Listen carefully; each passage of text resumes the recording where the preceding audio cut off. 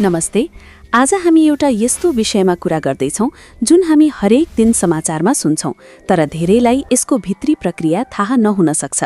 त्यो हो नेपाल सरकार कसरी बन्छ। हाम्रो देशमा चुनाव त हुन्छ, हामी भोट पनि हाल्छौं, तर त्यो भोटले कसरी प्रधानमन्त्री चुन्छ? 753वटा स्थानीय तह, वडा, प्रदेश र केन्द्रको सम्बन्ध के हो? आजको यस भिडियोमा हामी यी सबै कुरालाई कुनै जटिल राजनीतिक शब्द प्रयोग नगरी एकदमै सजिलो भाषामा बुझ्नेछौं। खण्ड 1, नेपालको शासन प्रणाली, 3 तहको सरकार। सबैभन्दा पहिले हामीले के बुझ्नुपर्छ भने नेपालमा अहिले एउटा मात्र सरकार छैन। 2072 सालको संविधानपछि नेपालमा 3 तहका सरकारहरू छन्।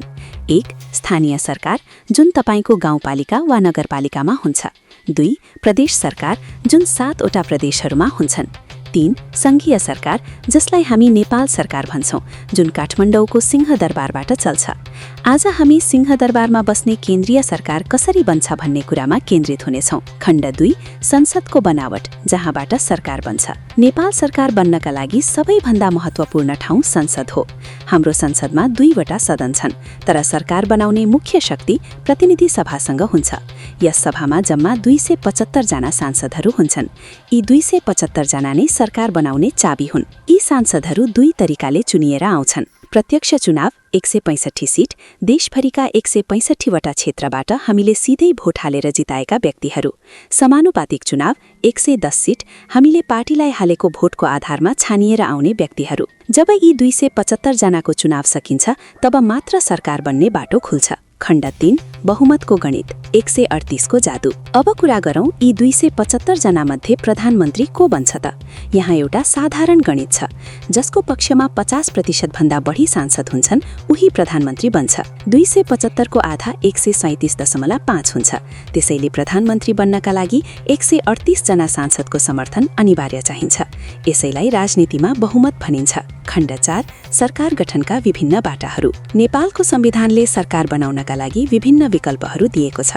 यसलाई हामी पालो पालो बुझौं। 1.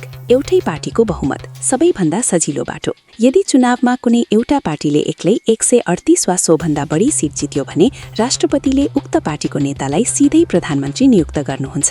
यस्तो सरकार निकै बलियो मानिन्छ। 2. मिलिजुली सरकार, गठबन्धन। नेपालको चुनाव प्रणाली यस्तो छ कि प्रायः कुनै पनि एउटा पार्टीले एक्लै बहुमत ल्याउन सक्दैन। यस्तो बेला 2 वा 2 भन्दा बढी पार्टीहरू आपसमा मिल्छन्। जस्तै पार्टी ए का 80 जना र पार्टी बी का 60 जना मिलेर 140 पुर्याउँछन् र राष्ट्रपति कहाँ गएर हामी मिलेर सरकार बनाउँछौं भन्छन्। यसलाई नै गठबन्धन सरकार भनिन्छ। 3. ठूलो पार्टीको सरकार। यदि पार्टीहरू मिलेर पनि बहुमत पुर्याउन सकेनन् भने संसदमा सबैभन्दा धेरै सिट भएको पार्टीको नेतालाई राष्ट्रपतिले प्रधानमन्त्री बनाउन सक्नुहुन्छ। तर यस्तो प्रधानमन्त्रीले 1 महिनाभित्र संसदमा आफ्नो बहुमत साबित गर्नुपर्छ। प्रधानमन्त्री र मन्त्रीहरूको नियुक्ति। जब प्रधानमन्त्री नियुक्त हुनुहुन्छ, त्यसपछि उहाँले आफ्नो टिम बनाउनुहुन्छ। यसलाई हामी मन्त्री परिषद भन्छौं। प्रधानमन्त्रीले आफूलाई सहयोग गर्ने सांसदहरूबाट मन्त्रीहरू छान्नुहुन्छ। कोही गृहमन्त्री बन्छन्, कोही अर्थमन्त्री त कोही शिक्षा मन्त्री। नेपालको नियमअनुसार प्रधानमन्त्री सहित जम्मा 25 जना भन्दा बढी मन्त्री बनाउन पाइँदैन। खण्ड 7, विश्वासको मत, अन्तिम परीक्षा। प्रधानमन्त्री बनिसकेपछि एउटा अन्तिम र महत्त्वपूर्ण काम बाँकी रहन्छ। त्यो हो विश्वासको मत लिनु। प्रधानमन्त्रीले संसदमा उभिएर मलाई 138 जना सांसदको समर्थन छ भनेर भोटिङ गराउनुपर्छ।